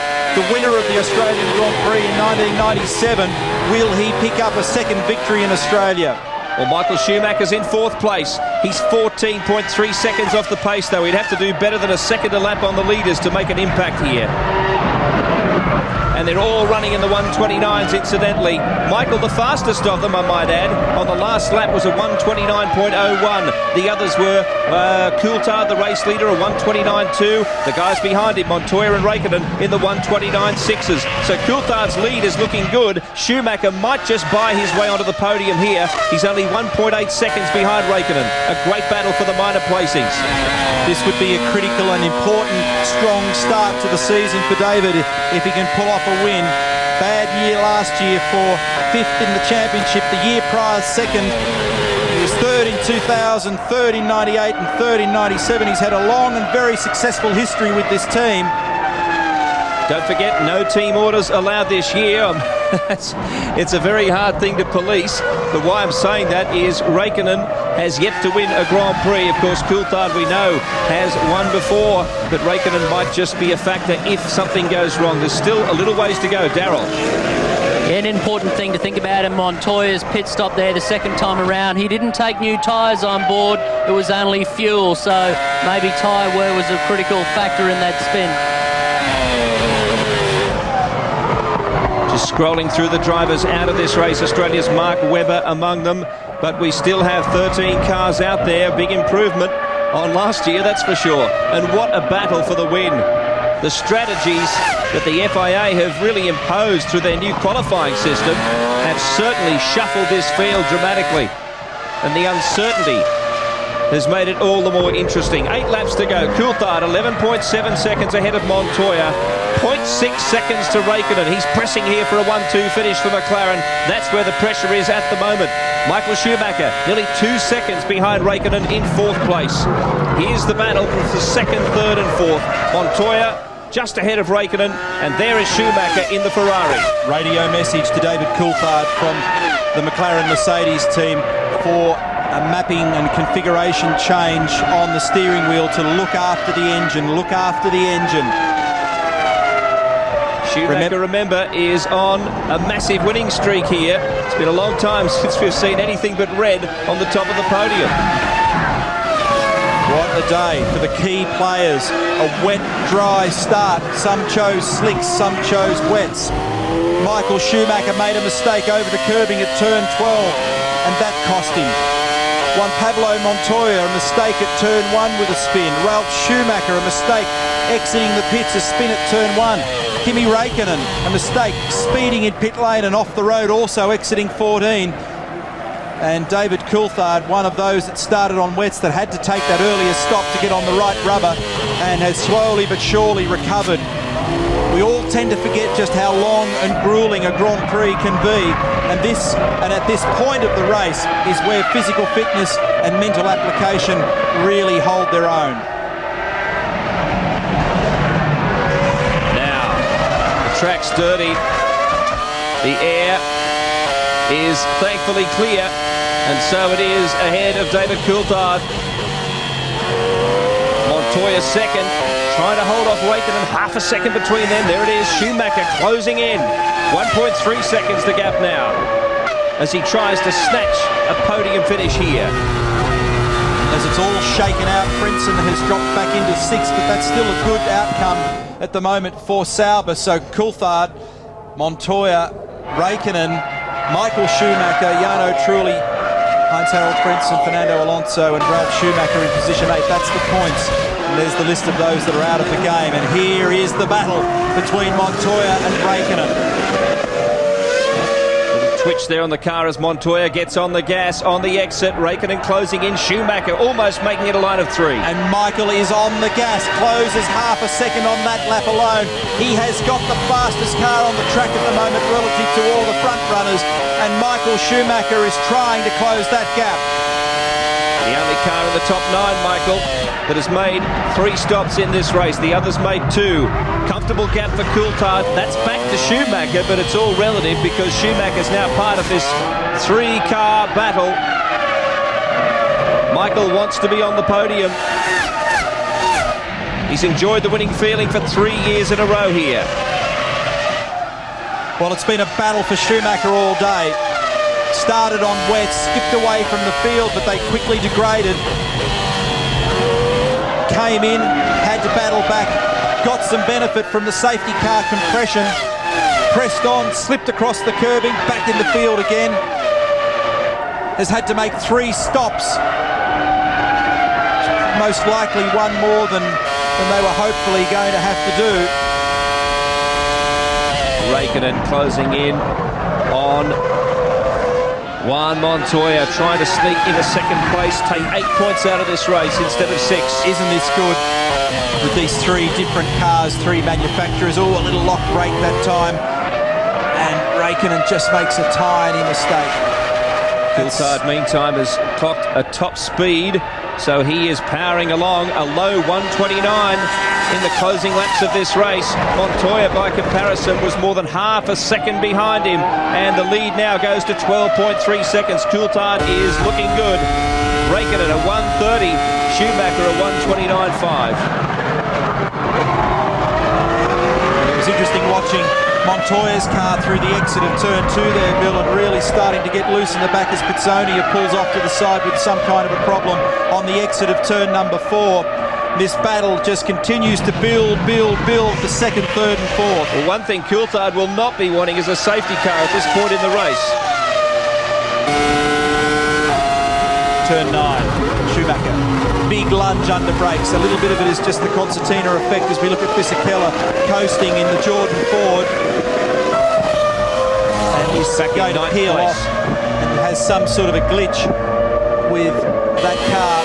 Meanwhile, on the exit of turn 12, this is Kimi Raikkonen. Oh, he's getting right under the back now of Montoya. Just trying to position himself for the pass. Montoya still holding on. It's fluctuated 0.3, 0.4, 0.5, 0.6 of a second as they cross the start-finish line. Schumacher sweating on a mistake here. An opportunity to go through. Take some points for this race from Ferrari. Of course, Barrichello was back in the pits very early. 4 laps to go. David Coulthard is your leader. This is the battle for second, third, fourth. It's been a fair recovery from Schumacher, given the 3 stops and the problems he's had. Michael looks to me like he makes a little bit of ground under brakes and perhaps across the mid-corner. But maybe, and it's just a maybe, it depends on where you look at him around the circuit, he might actually be just a little slower in a straight line, so he could be carrying a bit more wing than the others. But is not quite in touch at the moment, and Montoya has also just opened up the gap very fractionally. In fact, the gap between the three of them has just split out a little. Meanwhile, Coulthard has that 13.2 second lead and still remains on target for his second Australian Grand Prix. That'll be a nice comeback. Last win was Monaco last year, where it was a defensive drive. He admitted freely that launch control was what helped him win the race. He got out in front early. He said it wasn't absolutely nothing to do with me. Launch control got me off the line, got me out in front, and then I defended the lead all the way. So a modest win for Coulthard, but this was a little more hard fought, a little more strategic than simply launch control. Look at him, well in command of the situation here at the moment. And there haven't been a lot of happy faces around this team for the last couple of days for various reasons. They had big damage on Raikkonen's car after that exit of turn 5 crash. And one of the teams, and certainly David's been one of the people saying, well, I don't know about this new format, it doesn't thrill me too much.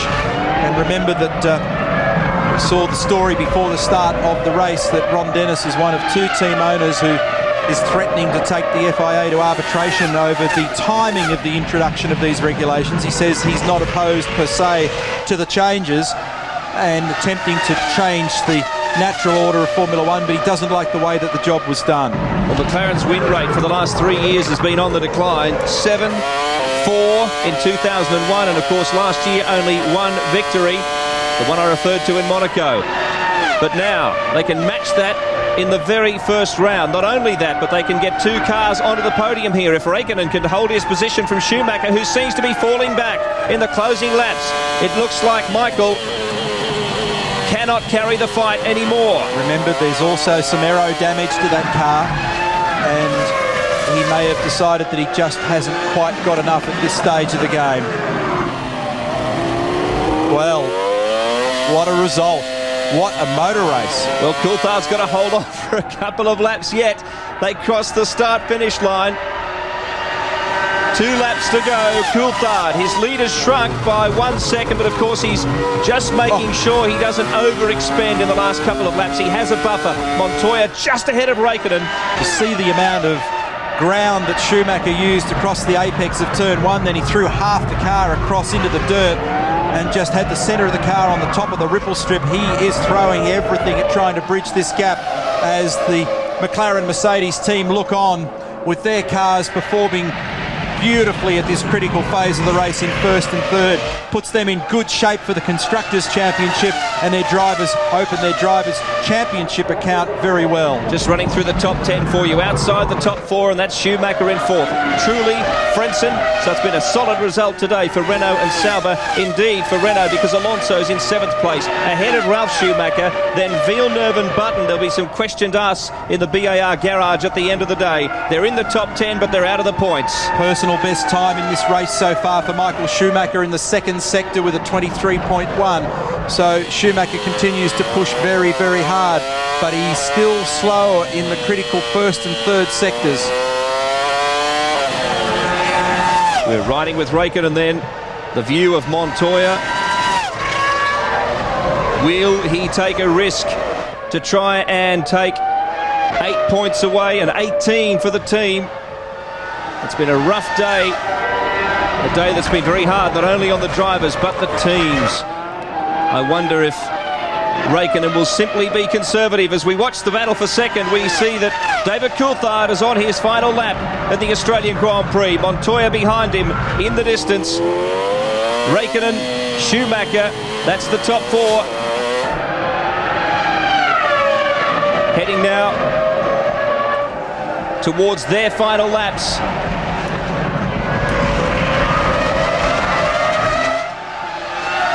But it looks like Kimi Raikkonen is going to conserve 3rd position here. There's nothing drastic from these drivers. The crowd starting to break into applause for what's been a wonderful battle among these top 4. Jarno Trulli doing a pretty good job, but he's 26 seconds further back in the field. And one of the other significant remarks that needs to be made at this point in the race field is tyres. Michelin 1, 2 and 3, and Michael, the first of the Bridgestone runners, in position 4. Left-hander for David Coulthard. Right-hander, the last corner for the Scot as he lines up on the start-finish straight for the last time. David Coulthard crosses close to the flag because it is his victory in the Foster's Australian Grand Prix. McLaren strikes the first blow in the new era. Across the line in second, Juan Montoya ahead of Raikkonen. A wonderful result for McLaren, and Michael Schumacher cannot get on the podium in his attempt to win 4 in a row. But what a battle. David Coulthard, I wonder if he is wearing his lucky undies today. He wore them for a long time in his career. They were given to him by his auntie. I don't want to really know. But there it is. Jarno Trulli will be 5th and has just crossed the line. But this could be the sign of a comeback for McLaren. Williams took over in the constructors' battle between those two teams. David was very marginal on fuel at the end. The radio message has just been given to him. Slow on the in-lap, please. You're marginal on fuel and also borderline on weight. Well, he's had a pretty good record here. That's his second victory in the Australian Grand Prix. He's had a couple of seconds here as well.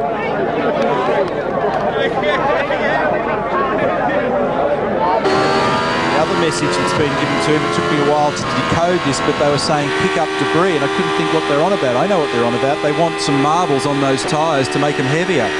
Now I understand the significance of it. Well, you can explain the weigh-in, Neil.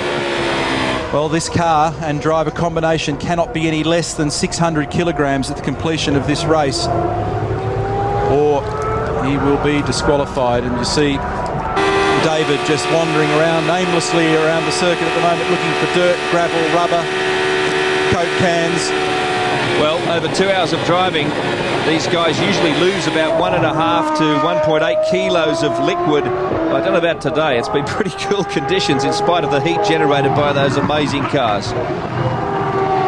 Well, tremendous start to the World Championship for David Coulthard and the McLaren-Mercedes team with a first and a third. Great start for Williams BMW. A traumatic start for Michael Schumacher. There was encouragement, though, for teams like Renault and Sauber. Indeed, Jaguar, in spite of Mark Webber's problem, he did show some speed. As we look at the top 10 here, BAR, as I said, will probably have some strategic questions to ask, but in terms of car speed, well, they certainly did show glimpses of form, and there's a long way to go in this championship. Bottom line, though, at the very least, we'll see that McLaren and Williams may be more consistent in their challenge to Ferrari this year, so that at least gives us 6 guys at the top of the order who are capable of winning races. And we look further down through into the retirements now, starting with, well, we saw Fisichella, Pitsonia, Panis was penalised as well as making the retirement. Wilson, of course, Australia's Mark Webber down there fairly early in the race. And Barrichello, he is not having much luck at this Grand Prix in recent years. See all the pickup on those tyres there, Bill? Little chunks of rubber in and around the grooves. It's actually Frank Gardner, very well-known former Australian racing driver in the foreground there, who was driving the medical car. And the McLaren team congratulate David Coulthard as he steps clear of his car, and this is his teammate to the right, Pitsonia, Montoya.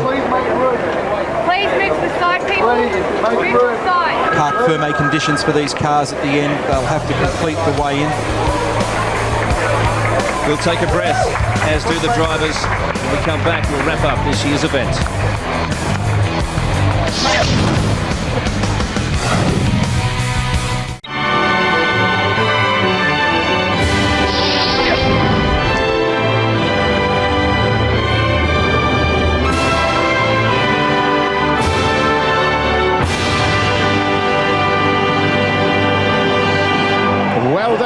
To David Coulthard, the winning driver, the trophy presented to him by the Honourable Steve Bracks, MP, the Premier of Victoria. David Coulthard, winner of the Foster's Australian Grand Prix 2003, to the winning constructor, West McLaren-Mercedes, represented by their managing director, Martin Whitmarsh. The trophy presented by Ted Kunkel, president and CEO of Foster's Group. Well done, McLaren-Mercedes. And to the second place driver, Juan Pablo Montoya, the trophy presented to him by Kathy Freeman.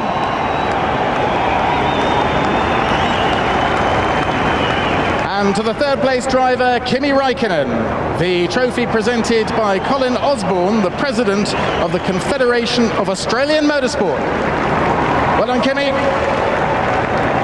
And there is the first podium of 2003, and the champagne flies.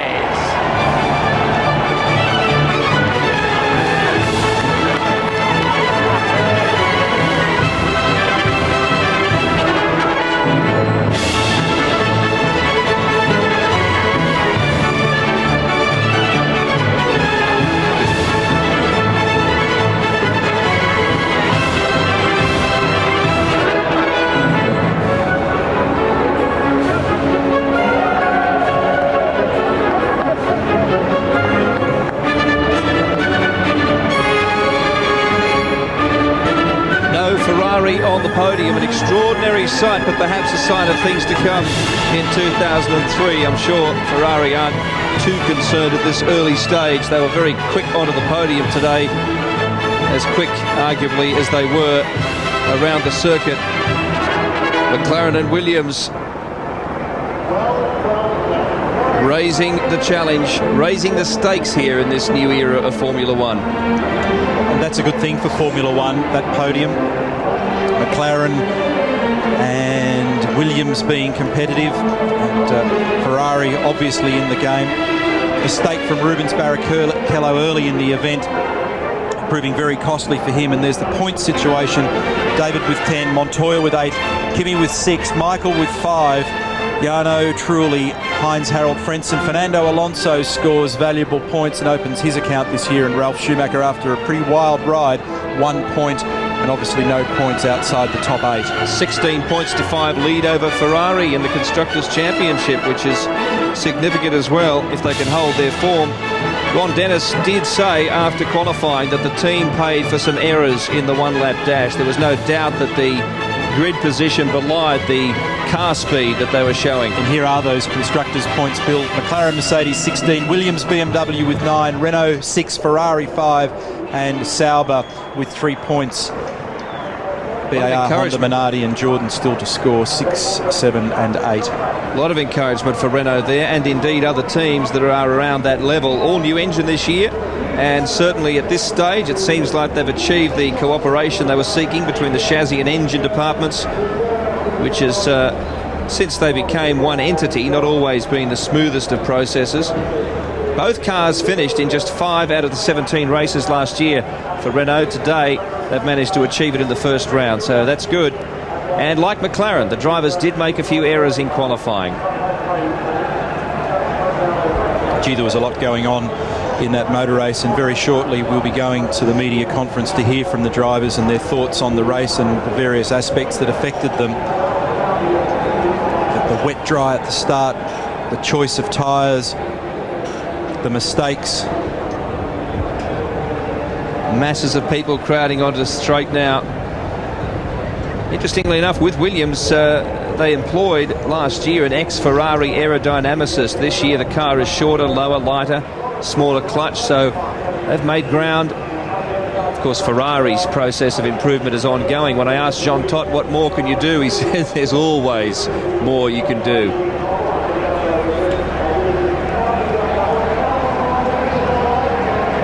And Mark Webber, if you only joined us in the late stages of the race, did finish early, forced to retire, but some encouraging signs there too for Team Jaguar. Strange situation that Mark found himself in. The car just broke, and no doubt they'll be doing some soul searching this evening, but there is still plenty of room left for improvement. It had good pace, probably broke something over the top of a curb somewhere, and at the time he was really shadowing Michael Schumacher, despite the fact that at that stage the race was just beginning to shake out as to who was on what tyres.